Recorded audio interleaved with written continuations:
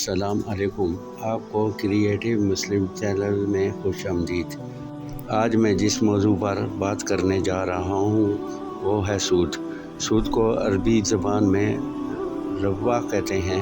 سود کے معنی ہیں قرض دے کر اس پر مشروط اضافہ یا نفع لینا۔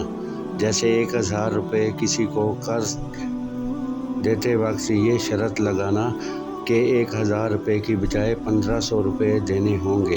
اس اضافی 500 روپے کا شمار سود میں ہوگا۔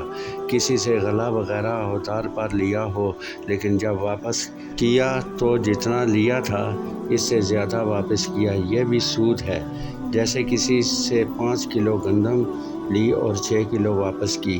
سود اسلام میں قطعی طور پر حرام ہے۔ یہ ایک ایسی لعنت ہے جس سے مفت خوری، لالچ، خود غرضی، سنگ دلی اور مفاد پرستی جیسی اخلاقی برائیاں جنم لیتی ہیں۔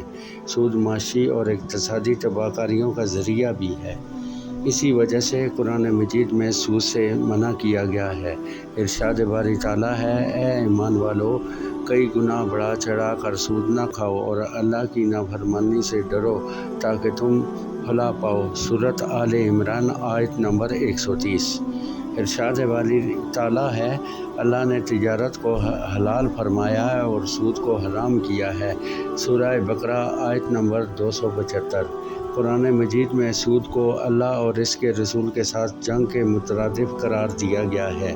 حضور اکرم صلی اللہ علیہ وآلہ وسلم نے سود کو کم ترین گناہ کو محرم سے بدکاری کے مترادف قرار دیا ہے۔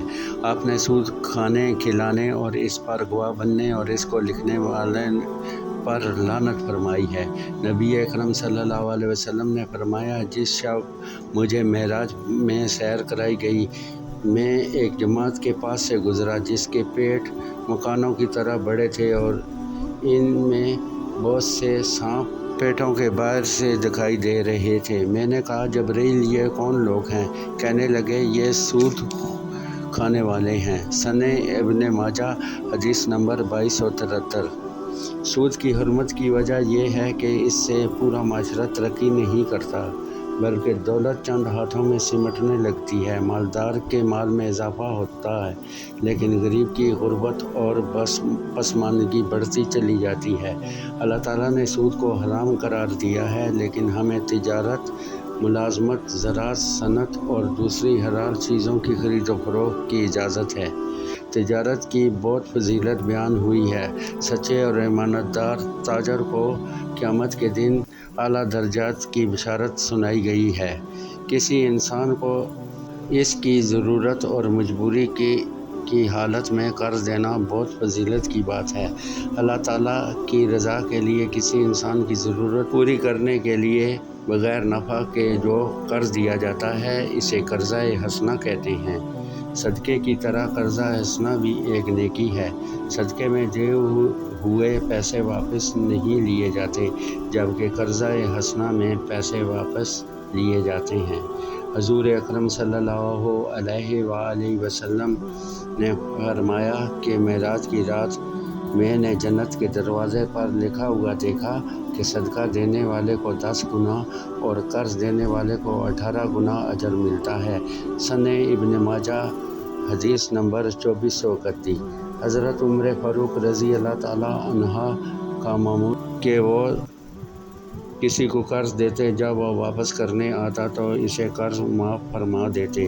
کسی نے اس کی وجہ پوچھی تو فرمایا کہ پہلے میں قرض کو ثواب کے طور پر دیتا ہوں، پھر صدقے کا ثواب بھی پا لیتا ہوں۔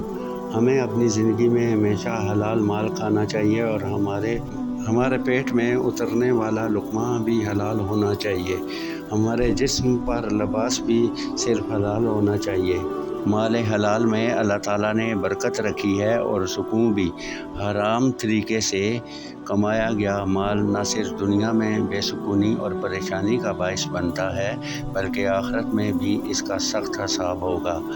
اللہ تعالی ہم سب کو اپنے بچوں اور بزرگوں کے لیے حلال رزق عطا فرمائے اور ہم آخرت میں حضور صلی اللہ علیہ وسلم اور اللہ کے سامنے سرخرو ہوں، آمین۔ امید ہے آپ لوگوں کو یہ ویڈیو پسند آئی ہوگی اور اس کو لائک کر دیں اور ہمارے چینل کو سبسکرائب کر دیجیے گا۔ اللہ حافظ۔